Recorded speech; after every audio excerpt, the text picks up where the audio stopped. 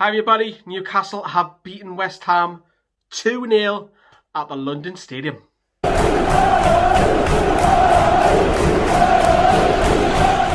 everybody and welcome to Newcastle Fans TV. On the opening day of the season, Newcastle have finally got 3 points, which is a rare occasion for us. This is the last word where we'll be talking about the lineups to the game, and we'll also get a bit of reaction from Bruce. But before I begin, we were pretty happy when Newcastle scored. Fucking get in! Wilson! Get in, man! Who are the lads? We were. That was some of us. I'll let you guess who they were. Let us know in the comments. But let's crack on. But let's have a look at the lineup. So we begin with the away side, which is us, which is Newcastle. When I seen the lineup, you just know as far as much as that I did. Everybody was surprised by it. Not so much the actual formation, because we were guessing a little bit beforehand, but the personnel, obviously there was no Miguel Miron. He was missing from the lineup, which is very surprising. Matt Ritchie was on the bench, Joe Linton was on the bench, and the starting 11, and everyone was trying to guess, is Wilson playing out wide? Is it a 4-4-2? Where's Hendrick playing? Is he playing on the right? Is he playing in the middle? We didn't know, but obviously when the game kicked off, we realised within a minute or two that Newcastle were playing a 4-4-2. Which was really surprising. And you've got to give credit, it's easy to say that, at the end of the result, because Steve Bruce got his tactics spot on. Before the start of the match, everyone was like, oh, I didn't know about that. I really did not know about that. But credit where credit drew, it came off, which is fantastic. If I have a look at West Ham's dead briefly, West Ham have had a horrible run of games coming up. And you look at that lineup and there's not many names that shout out. I was a bit surprised Yarmolenko didn't start. Antonio was on blistering form at the back end of the season. I can see why he started up top. But West Ham really have got a really tough run of games and only survived in the last 2 or 3 games of last season. And it's going to be tough again for them to start the season. It's a question of how long will David Moyes stay in the job. I don't think he'll stay in too long, to be honest with you.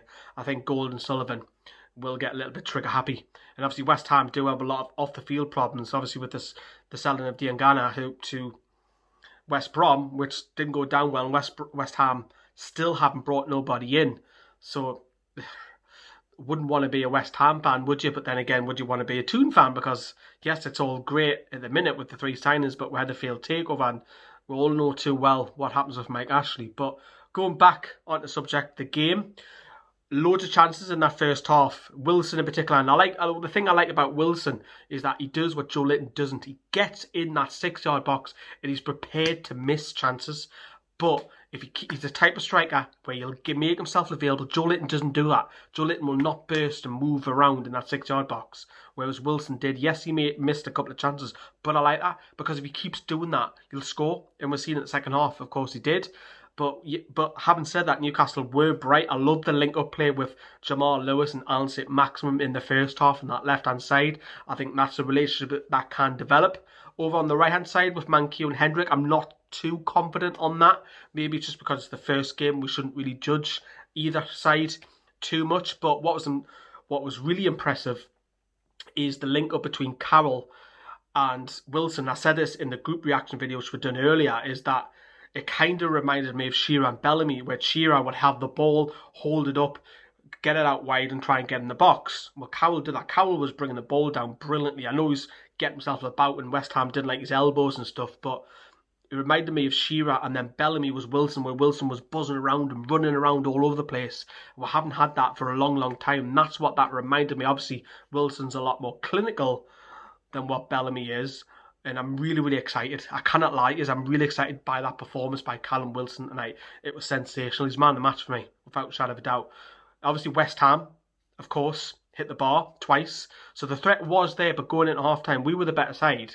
And then in the second half, it was the same as. You worry about it, don't you? You think, oh, they're going to come out and it's going to be a different game. But no, it didn't. And was scored from the right-hand side, funny enough. And it was Manquillo, who didn't get down in the first half down that right-hand side as much as what Jamal Lewis did on the other side, but he has his cross deflected, and of course Hendrick helps it on, and he was a little bit quiet in the first half, Hendrick, but there you go, in that 6-yard box, instinct, he gets on the end of it and debut goal straight away. It's what we've missed massively because Joe Litton does not do that. Wilson, I'm really, really optimistic for him if he can stay fit all season. Yes, he only scored 12 goals in total, 8 in the Premier League, 4 in cup competitions for Bournemouth last season, but if we can get them figures up to 15 and above, Newcastle will be in a lot more healthier position earlier on towards the end of the season. But really, really optimistic. Man of the match for me. Totally changed with strike force, the mobility of him alone, his movement, his instinct around the box, man. Brilliant, man. Man of the match, without a shadow of a doubt. And, you know, it's scary to think that you've got Fraser to come in and that you've got Almiron to come in and that because obviously Almiron didn't start. And then you've got saint-maximin and Wilson. That's decent, like. But we scored. Later on, obviously, a couple of substitutions were made, but it was kind of like when Hendrick got in that position when the ball came to him, he was like, oh, I don't know what should I do here? And he thought, well, I'm going to hit this. And by God, did he fucking hit it. It went top corner. What a finish that was. You know, Johnny messages on me and Sam and said, that's Lionel Messi right there. What a finish top corner. Brilliant. Did not expect that. Obviously, he only scored 2 goals last season.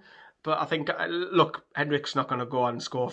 If he does more than 5 goals, it'll be a success. Don't get me wrong. But that's not what he's there for. He's more of a grafter and a runner. And his performance today was very much in the mould of workmanlike. I think that's what you'll get with him. I don't think he'll want to play out on the right-hand side too much.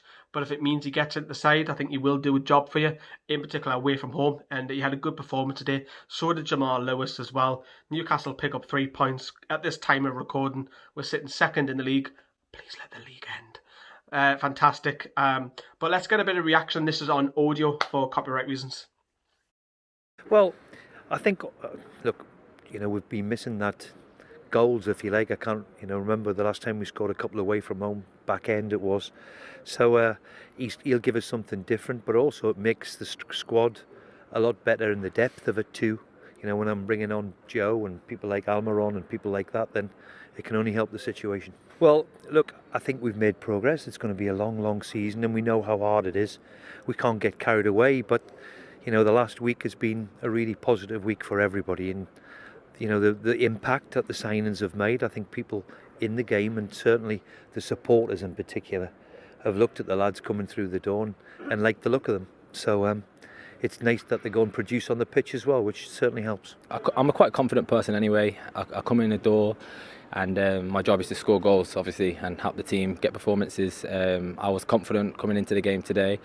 And, in future games, I feel this is a great squad with great potential and, being at the top of that. And I'm just trying to be the finishing piece of the puzzle and put the ball in the net. Yeah, I like this place. I like playing against West Ham. Like I said, it's not a disrespectful thing towards them. It's just the fact that solely I keep scoring against them and it brings confidence every time I play them. But for me now, it's about being consistent, working and building on this performance and obviously this start and then taking it into the next game. Bruce is happy as Larry, isn't he? Fantastic, and it's good feel factor going into Tuesday's game with Blackburn, where you would expect a lot of changes, a lot of fringe players to come into that League Cup game. Adam Armstrong has scored yet again. He'll want to do well against his boyhood club, but it's a good feel factor in it. It feels good to do this video tonight and doing all the videos. Obviously, if you haven't seen the group video, go and watch it because there's loads of laughs in there, from Brandon to my cat making an appearance as ever, to Carl's website camera going down and all this kind of stuff. But yeah, go and check that out as well. A really good fun factor, and I think Bruce has to get credit. It's tough saying that, but Bruce deserves a lot of credit tonight. And we talked about it on the first video tonight. I want to show you a clip of this. Me and Carl give him a 10 out of 10. Have a look. All this positivity that's been surrounding the club. And I'm like Adam, I've never been his biggest fan, but I've got to give him a 10. I don't know what he's done wrong today. I can't point out anything he's done wrong today. Obviously, we're all surprised by some of the decisions he's made, but it's come out. We've got a 2-0 win away at West Ham against, a half-decent side. And arguably on paper, you could say with the likes of Yarmolenko, they've got some stronger players than we have. And we just look like we played them off the park today. I don't even think it was about West Ham being bad. I thought we played so well that they couldn't get into the game. And all I can put that down to is Bruce's tactics. So we're going to give him a 10. There you have it. I think he deserves it. I think he deserves it. I really do. I think Bruce deserves credit. Like, going to West Ham, 2-0, clean sheet, everyone played well. New signings bedded in. Happy days. Happy days. Enjoy the moment, enjoy this match. Enjoy it for a few days. If we win again, fantastic. But it's not often we win on the opening day of the season. I can't stress enough of that as well. Of course, if you want to see more videos, NFTV Extra. We've got a special guest on Monday. Hello, welcome to JDC Sports. I'll talk to you in a while. So you need to tune into that, Johnny and Sam with the Greenwood and Mulliner show. So do tune into that. And there's more exclusive videos if you join the membership down below. But also, you need to get on the Flick app. And the reason being is because we update there all the news that's happening in the Flick app. It's free to join. All you need to do is download it. It's a Flick app. It has all of your Newcastle United news, which is in there. All the matches, polls, you name it. Join it. It's free. It's called the Flick app. It's in the description.